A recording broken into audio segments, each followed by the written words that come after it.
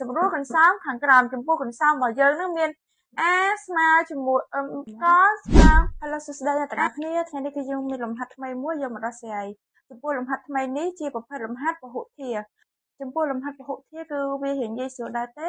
តោះក៏លេចមកមើលលំហាត់យើងបន្តិចថាវាដោះស្រាយបែបណាតែបើសិនជាអត់ទាន់ចេះដោះស្រាយទេ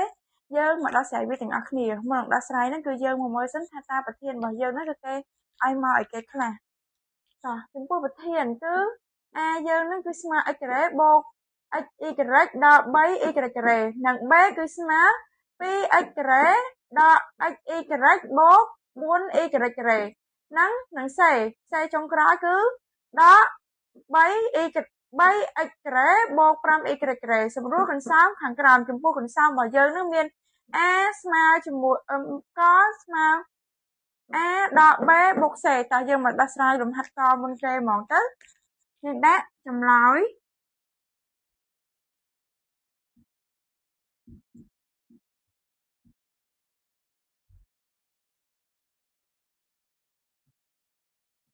a ដល់ b បូក c ស្មើយើងជំនួសដល់ a របស់យើងហ្នឹងគេប្រាប់មកប្រមាណហ្នឹងគឺយើងយកវាមកដាក់ទាំងអស់មកអញ្ចឹង a របស់យើង x ការ៉េបូក x y ដល់ 3y ការ៉េអ្នកគ្រូសុំដាក់វាចុះក្រោមវិញ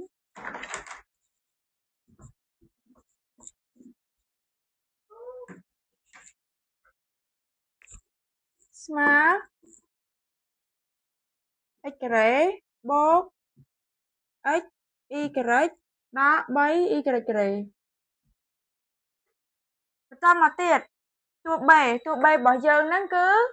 ប្រហែលយើងដាក់មកដំបូងនេះយើងដាក់វងកញ្ចក់សិនមកដោយសារវាមានសញ្ញាដកពីមុខណាអញ្ចឹងយើងដាក់ 2x ការ៉េដល់ x y បូក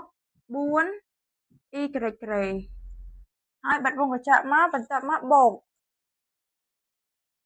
ក c អញ្ចឹង c របស់យើងគឺស្មើដល់ 3x ការ៉េដល់ 3x ការ៉េបូក 5y ការ៉េ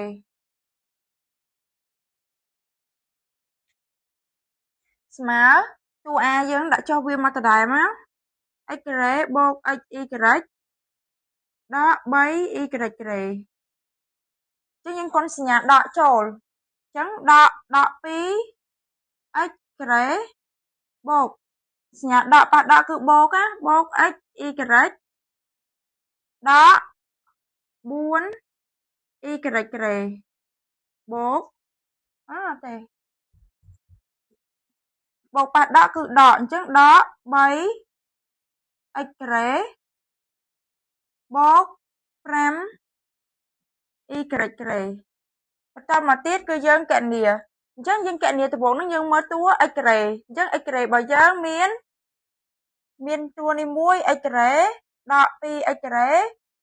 និងដក 3x ការ៉េអញ្ចឹងដក 2x ការ៉េដក 3x ការ៉េហ្នឹងគឺដក 5x ការ៉េដក 5x ការ៉េបូក x ការ៉េនេះគឺសល់ដក 4x ការ៉េបន្ទាប់ពីមើលតួ x ការ៉េរួចហើយយើងមកមើលតួ y ការ៉េម្ដងអញ្ចឹងតួ y ការ៉េរបស់យើងមានដក 3y ការ៉េដក 4y ការ៉េអញ្ចឹងដក 3 ដក 4គឺដក 7y ការ៉េបូកជាមួយនឹង 5y ការ៉េអញ្ចឹងដក 7y ការ៉េបូក 5y ការ៉េស្មើដក 2y ការ៉េបន្ទាប់ពីមើលតួ y ការ៉េរួចហើយយើងមកមើលតួ x y ការ៉េម្ដងចំពោះតួ x y ការ៉េរបស់យើងហ្នឹងមាន x y ការ៉េបូក x y ការ៉េគឺបានបូក 2x y ការ៉េ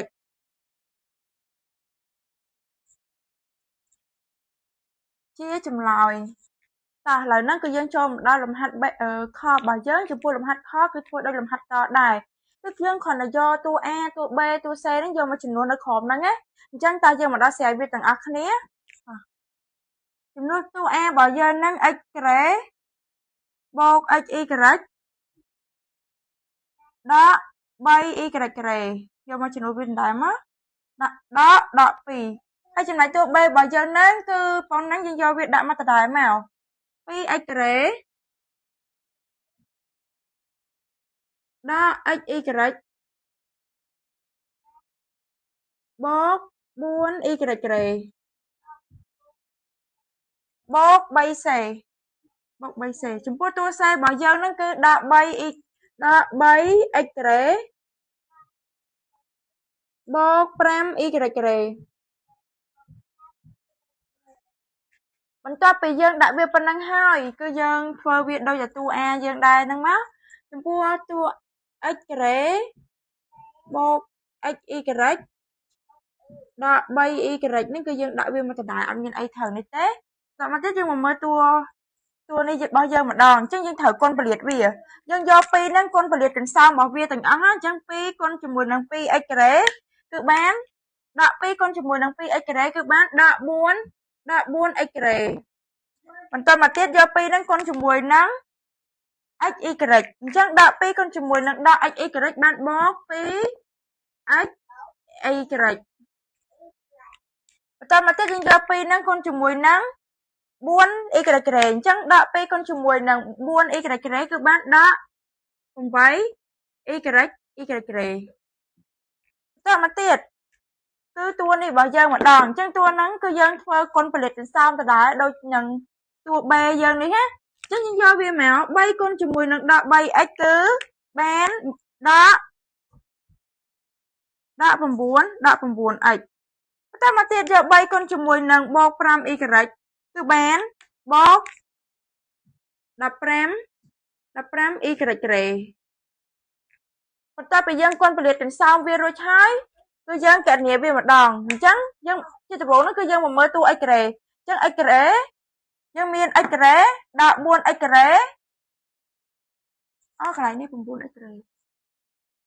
យើងមាន x ការ៉េដក 4x ការ៉េនិងដក 9x ការ៉េអញ្ចឹងដក 4x ការ៉េជាមួយនឹង x ការ៉េគឺនៅសល់ដក 3x ការ៉េដក 3x ការ៉េបូកដក 3x ការ៉េដក 9y ការ៉េដក 3x ការ៉េដក 9x ការ៉េគឺនៅសល់13ដក 13x ការ៉េបន្ទាប់ពីមើលតួ x ការ៉េរួចហើយយើងមកមើលតួ y ការ៉េម្ដងអញ្ចឹងតួ y ការ៉េរបស់យើងមានដក 3y ការ៉េដក 8y ការ៉េនិងបូក 15y ការ៉េដក 3y ការ៉េនិងដក 8y ការ៉េគឺដក 11ដក 11y ការ៉េដក 11y ការ៉េ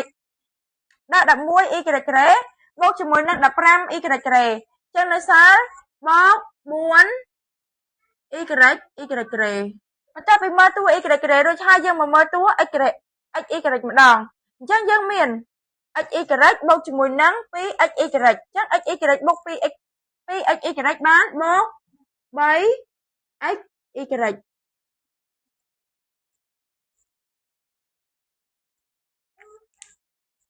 អញ្ចឹងចម្លើយខរបស់យើងគឺប៉ុណ្ណឹង